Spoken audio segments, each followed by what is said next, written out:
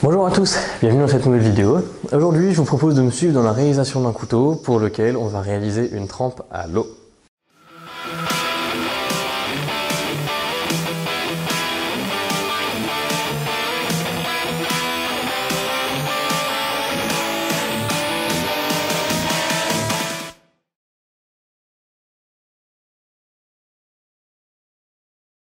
Dans la vidéo d'aujourd'hui, on va réaliser un petit couteau utilitaire slash bushcraft sur lequel on va réaliser une trempe à l'eau. Ça peut paraître surprenant pour la plupart des gens qui ont l'habitude de tremper des couteaux et qui savent que l'immense majorité du temps on utilise de l'huile.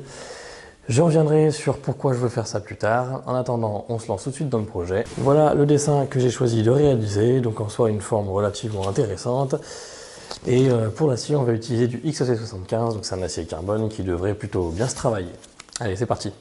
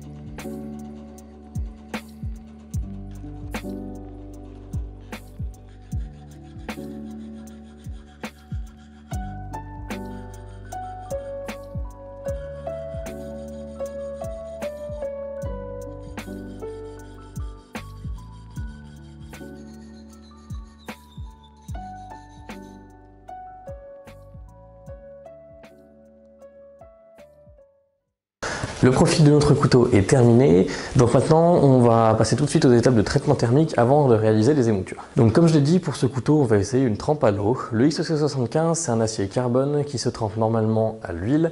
On ne réalise pas de trempe à l'eau sur les aciers qui se trempent à l'huile, tout simplement parce que la plupart du temps ça mène soit à une casse, soit à une torsion de la lame. Mais aujourd'hui j'ai envie d'essayer ça sur du XC75 puisque j'ai vu que ça pouvait se faire. Qu'est-ce qu'on a à y gagner ? Concrètement, pas grand chose, si ce n'est peut-être quelques points de dureté. J'avais lu quelque part que l'acier pouvait être un petit peu plus dur si jamais on le trempait à l'eau, donc c'est ce qu'on va vérifier aujourd'hui. Donc comme je l'ai dit, la trempe à l'eau, ça a de fortes chances de mal tourner, donc pour limiter ça, il y a quelques astuces pour éviter le risque de casse. Premièrement, il va falloir pas surchauffer notre acier, parce que plus on chauffe l'acier, plus lorsqu'il va plonger dans l'eau, la différence de température sera grande, et donc le choc thermique va être assez important, c'est ça qui conduit à la casse. Donc on va essayer de se mettre pile à 790 degrés, pile à la bonne température et surtout pas trop monter en température. On va également essayer de préchauffer notre eau pour encore une fois limiter le choc thermique. Pour éviter la casse, il faut éviter d'avoir des formes un petit peu biscornues ou des trous dans la lame ou ce genre de choses. Ici, j'ai choisi un modèle avec des formes relativement simples et j'ai pas fait d'angle trop vif pour éviter que ça casse. Et enfin, la dernière astuce pour éviter que ça casse, c'est de garder un tranchant très épais. C'est pour ça que je ne réalise pas les émoutures pour l'instant. Pour l'instant, au maximum, on a 4 mm d'épaisseur partout. Donc on devrait être relativement précautionneux vis-à-vis de ce risque de casse, mais bon, on est à l'abri de rien quand même.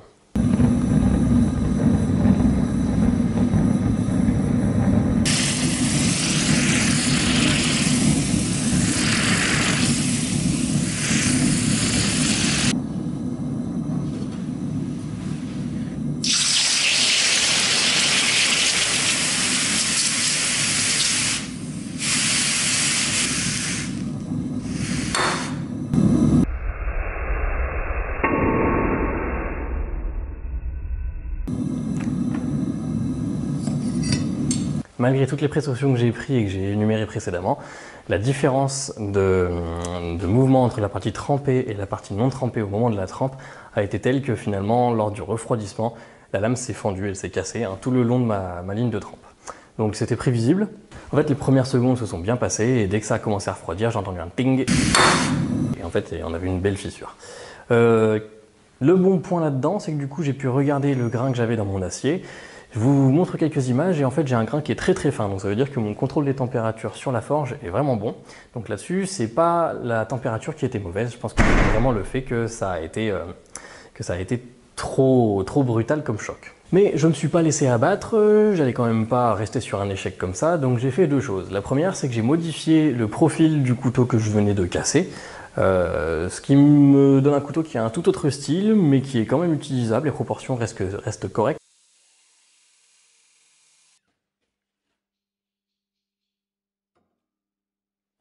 Donc j'ai retrempé cette fois-ci en utilisant une autre méthode de trempe. Cette autre méthode de trempe, c'est une trempe qu'on dit interrompue.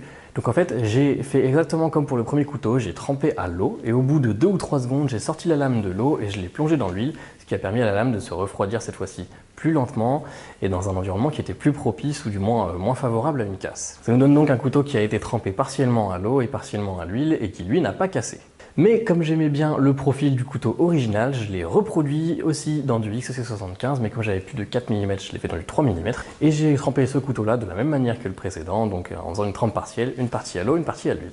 Donc maintenant, au lieu d'avoir un couteau pour ce projet, j'en ai en fait deux. Un premier qui est en fait un échec recyclé, et un deuxième qui a le bout profil, mais qui a peut-être une épaisseur un petit peu fine.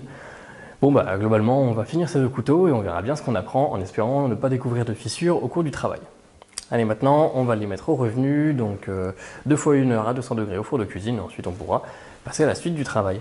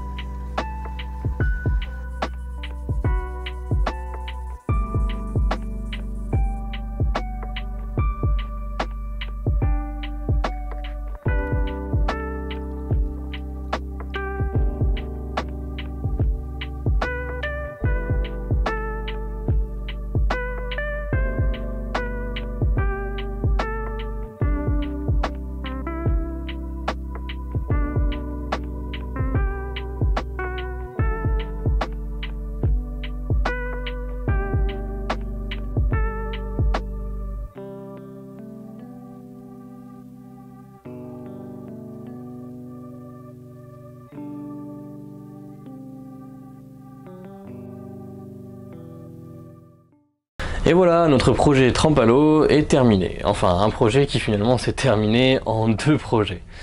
Qu'est-ce qu'on tire de cette vidéo? Eh bien que on a encore une fois vérifié le dicton qui dit que les couteliers finalement font jamais d'erreur, ils font juste des couteaux plus petits. Donc aujourd'hui c'est ce qui s'est un petit peu passé. L'objectif de cette vidéo c'était vraiment de voir si on pouvait effectivement utiliser une trempe dans un milieu différent que ce qui est indiqué sur les caractéristiques techniques d'un acier. Ici moi j'ai choisi de tremper à l'eau un acier qui se trempe à l'huile. Globalement, faut pas faire ça. Voilà, ça casse même quand on prend toutes les précautions pour, donc respecter le bon milieu de trempe et tout se passera très bien.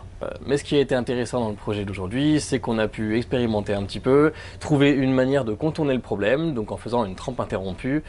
On trempe les premières secondes dans l'eau et ensuite on passe dans un milieu qui permet un refroidissement un petit peu plus lent, donc l'huile. Ça nous a permis d'éviter des risques de casque, mais finalement, qu'est-ce qu'on y a gagné? Les hypothèses que j'avais, c'est que l'acier refroidirait plus vite, donc finalement serait un peu plus dur. De ce côté-là, je suis franchement pas convaincu. Au test de la lime après, j'avais pas une franche différence par rapport à d'autres aciers, d'autres couteaux que j'avais fait en même temps avec eux et avaient été trempés à l'huile. Maintenant, si on avait un duromètre, oui, peut-être qu'on aurait gagné peut-être 1 voire 2 points sur l'échelle de Rockwell, mais finalement à l'usage, je doute franchement qu'on ait une vraie différence.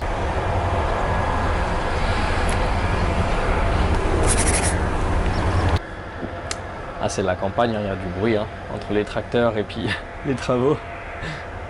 L'autre chose que je voulais vérifier avec ce projet, c'était qu'en faisant une trempe à l'eau, on allait vraiment avoir une grosse différence de température entre l'acier qui était encore chaud et l'acier qui était trempé dans l'eau. Donc finalement, ça allait nous donner une démarcation entre acier trempé et non trempé qui allait être très visible.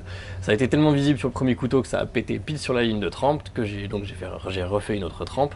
Sur le deuxième couteau, finalement, au niveau de la révélation à l'acide, on a effectivement une très belle ligne de trempe, tandis que sur le premier, eh ben, elle est vachement moins nette. Étant donné que les deux couteaux ont été trempés exactement de la même manière, finalement la seule chose qui permet d'expliquer cette différence au niveau de la révélation de la ligne de trempe, c'est le traitement de surface qu'a eu ces aciers.